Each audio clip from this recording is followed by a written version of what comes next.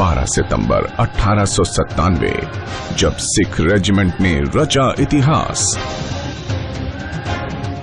वो इतिहास जो कभी भुलाया नहीं जा सकता। सच्ची घटना पर आधारित ये कहानी है 21 परमवीर योद्धाओं की, जिन्होंने अपनी शूरवीरता से लगभग 10,000 दुश्मनों को धूल चटा दी। सारा गढ़ी पर अपना परचम लहराया और वीर गति को प्राप्त हो गए।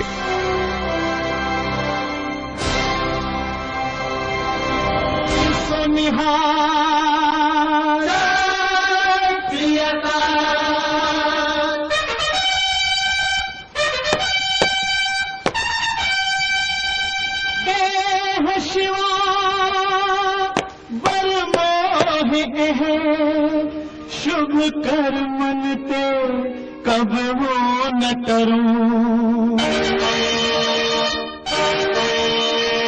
देह शिवा पर मोह शुभ कर मन ते कब वो न करूं, शुभ कर मन ते कब वो न करूं सो जब जाए लरो निश्चय कर अपनी जीत करो। सिखों के 10वें गुरु गोबिंद सिंह ने खालसा बनकर लड़ाके और निडर योद्धा बनाया। सिखों से उनके गुरु ने कहा था कि जिसको भी खेलने का शौक है वो मेरे पास अपना सर दांव लगा कर आए। जब इस मार्ग पर चलना है तो जान देने में झिझक नहीं होनी चाहिए। उनसे प्रभावित योद्धाओं ने गुरु की वाणी को सर आंखों पर लिया और उसका असर ये हुआ कि उन्होंने बहादुरी के अनगिनत कारनामे कर दिखाए, जिसका आज भी कोई मुकाबला नहीं है। पूरे 100 वर्षों बाद महाराजा रणजीत सिंह ने छोटी छोटी मिसलों को जीतकर एक कामयाब फौज और साम्राज्य की स्थापना की। यह साम्राज्य पश्चिम में खैबर पास से लेकर पूरब में सतलुज नदी के किनारे तक था। इसमें गिलगित, कश्मीर और लद्दाख भी थे और सीमाएं चाइना, तिब्बत तक जाती थीं। इस साम्राज्य में north west frontier province NWF भी शामिल था और यहाँ के खूंखार कबीलों को उनके सिपह सालार हरि सिंह नलवा ने बखूबी संभाल रखा था। सिखों की फौजी शक्ति का कोई मुकाबला नहीं था, लेकिन षड्यंत्र उन्हें ले डूबा। एंग्लो सिख लड़ाइयों में कुछ जर्नैलों ने सिख फौज को मैदानी जंग में छोड़ दिया और अंग्रेजों से मिल गए।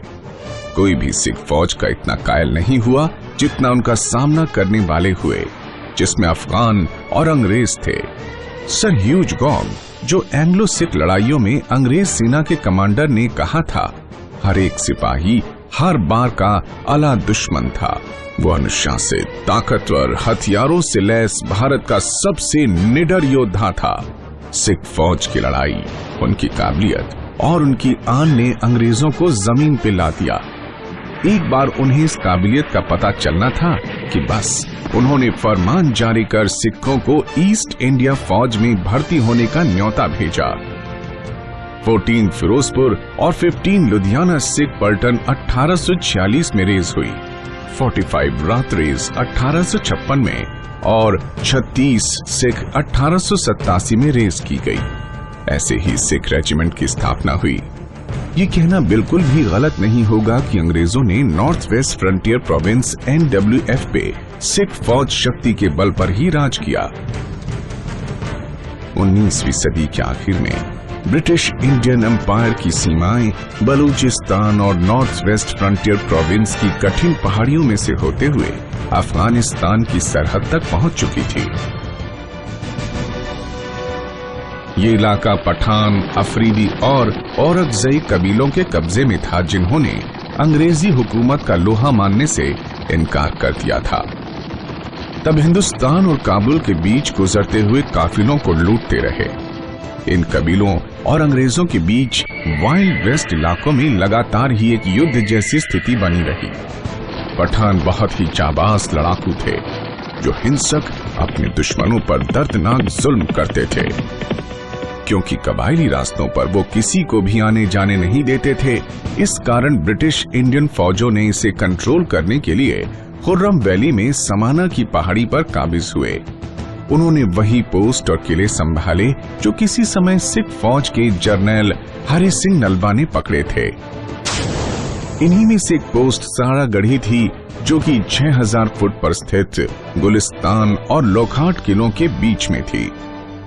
सारागढ़ी पोस्ट सुरक्षा की जरूरत के अलावा 2 किलों के बीच संदेश भेजने के काम में आती थी, क्योंकि उन दिनों में संदेश धुएं और शीशे की मदद से भेजे जाते थे।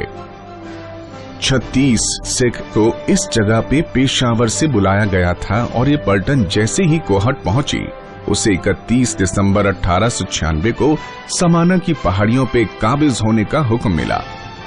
ये पलटन 2 हिस्सों में बांटकर दाहिनी तरफ लोखाट के किले में बटालियन हेडक्वार्टर सहित लेफ्टिनेंट कर्नल जेम्स हाउटन के नीचे और बाईं तरफ कैप्टन गॉर्डन के साथ गुलिस्तान के किले में तैनात थे। पलटन पहाड़ों में 5 मील तक फैली हुई थी और उसकी छोटी छोटी टुकड़ियां सारागढ़ी, सरताप, संगर, धर और क्रेग में बैठी थी। सारागढ़ी की पोस्ट 22 लोगों ने पकड़ी थी, जिसमें 21 लड़ाके थे। इनका कमांडर एक शूरवीर योद्धा हवलदार ईशर सिंह था, जो कभी भी हार न मानने वालों में से था। मैं कच्ची गंडी सरहदी जो विच वजीरिस्तान उत्थे पलटन कोई न ठहर दी, बस जावण ते मुड़ आण, फिर मुल्टन 36 नंबरी पहुंची विच मैदान। ओ 6-6 फुटे सूर में जिना बन्नी सिर दस्तार। विशाल किलों पर कोई कामयाबी नहीं मिलती देख इन कबायलियों ने अपने आप को बचाने और फॉर्मिडेबल विंग के बीच संपर्क तोड़ने के लिए सारागढ़ी की अहम पोस्ट, जहां की जवानों की संख्या बहुत कम थी, इसलिए उसको अपना निशाना बनाने का फैसला किया। 12 सितंबर की सुबह को कबायली ने युद्ध घोष और नगाड़ों की आवाज के बीच में सारागढ़ी पोस्ट पर हमला शुरू कर दिया। सुबह 9 बजे पहला हमला किया गया। लोखाट फोर्ट की तरफ से 14 हमले गिने गए। हर एक हमले में लगभग 1000 कबायली थे। आक्रमणकारियों का अनुपात एक सरदार के खिलाफ 416 कबायलियों का था।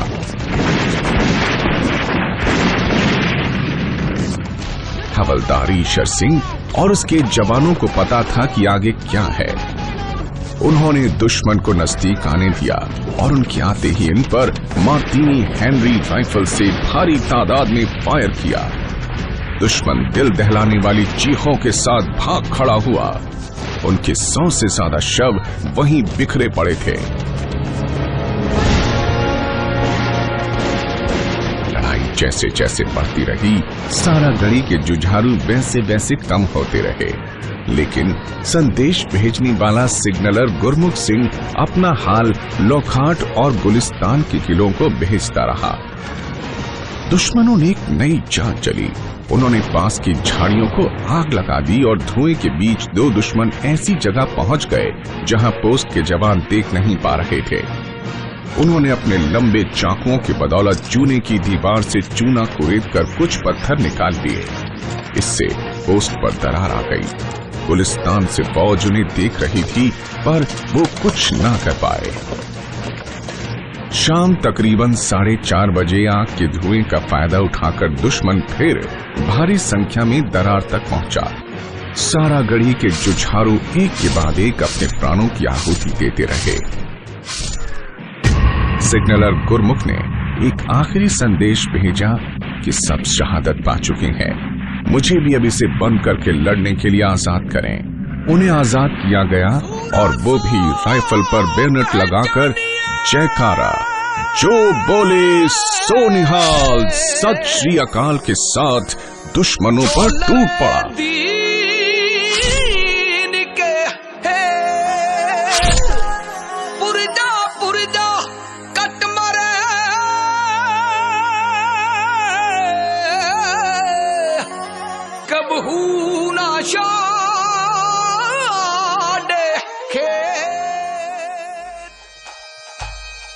कमांडिंग ऑफिसर ने तुरंत पंजाब के गवर्नर को इस खूनी जंग की खबर दी और इस तरह इसकी खबर इंग्लैंड की सरकार तक पहुंची। ब्रिटिश संसद ने खड़े होकर वीर शहीदों को श्रद्धांजलि दी, जो कि अपने आप में एक मिसाल है। वो स्थान जहां पर सारागढ़ी के 21 जवानों ने अपने प्राणों की आहुति दी थी, वो आज एक पवित्र स्थान है। उस जगह पर आज सारागढ़ी पोस्ट के पत्थरों से एक समाधि बनी है और इसको मीलों दूर से देखा जा सकता है। इस समाधि पर 21 बहादुरों के नाम व उनकी शूरवीरता की कहानी हमेशा के लिए दर्ज है। इस लड़ाई ने सिख रेजिमेंट की मशहूरी को क्वीन विक्टोरिया के डायमंड जुबली में चरम सीमा तक पहुंचा दिया। ये लड़ाई यूनेस्को द्वारा छापी गई सामूहिक बहादुरी की घटनाओं में से एक है। ब्रिटिश एम्पायर ने कृतज्ञ होकर 36 सिख के 21 जवानों को IOM Indian order of merit से नवाजा। ये उस समय का सबसे बड़ा बहादुरी का अवार्ड था, जैसे आजकल परमवीर चक्र है। इसके अलावा बहादुरों के परिवारों को 50 एकड़ जमीन और 500 रुपए से नवाजा गया। इससे पहले कभी भी विक्टोरिया क्रॉस के बराबर अवार्ड एक दिन की लड़ाई में नहीं दिया गया था। इसके अलावा ये दिन सिख फौजों के लिए रेजिमेंटल बैटल ऑनर्स डे घोषित किया गया। सारागढ़ी की शहादत की याद में कई यादगार स्मारक बने हैं। इनमें नॉर्थ वेस्ट फ्रंटियर प्रोविंस में स्मारक, लॉकहार्ट के किले में स्तंभ, स्वर्ण मंदिर के पास 2003 में बना एक गुरुद्वारा साहिब, इलाहाबाद के पायनियर न्यूज़पेपर और गुरुद्वारा कमेटी ने मिलकर फंड इकट्ठा किया और सन 1905 में फिरोजपुर के सारागढ़ी चौक पर मेमोरियल गुरुद्वारा का निर्माण कराया। SRC सिख रेजिमेंटल सेंटर में 1992 में बना सारागढ़ी मेमोरियल, हवलदार ईशर सिंह का उनके गांव झोरा मोगा में बना मेमोरियल। सिख रेजिमेंट भारत की सबसे शूरवीरता के पदक पाने वाली रेजिमेंट है, जिसको सारागढ़ी का रेजिमेंटल ऑनर मिला है। सिख रेजिमेंट बहादुरी और बलिदान का सबूत है। ये नाम है कभी न हार मानने वाले उत्साह का, त्याग का और उस शूरवीरता का जो हर सिख सिपाही को प्रेरणात्मक कामों के लिए उकसाती है।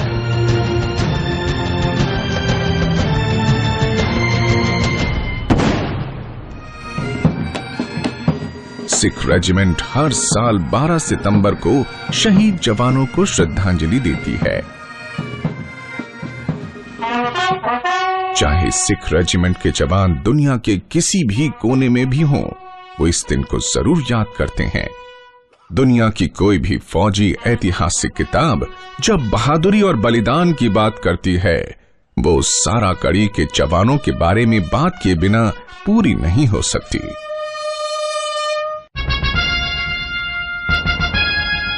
जब सारागढ़ी पोस्ट के 22 जवान शहादत को प्राप्त हो गए, तब अफगानियों ने पोस्ट को कब्जे में ले लिया। ये आखिरी गोली आखिरी दुश्मन तक लड़ने वाले आम आदमी थे, परंतु अपनी आन, कृति, श्रद्धा से सबको दिखाया कि 1.25 लाख से अकेले कैसे लड़ा जाता है।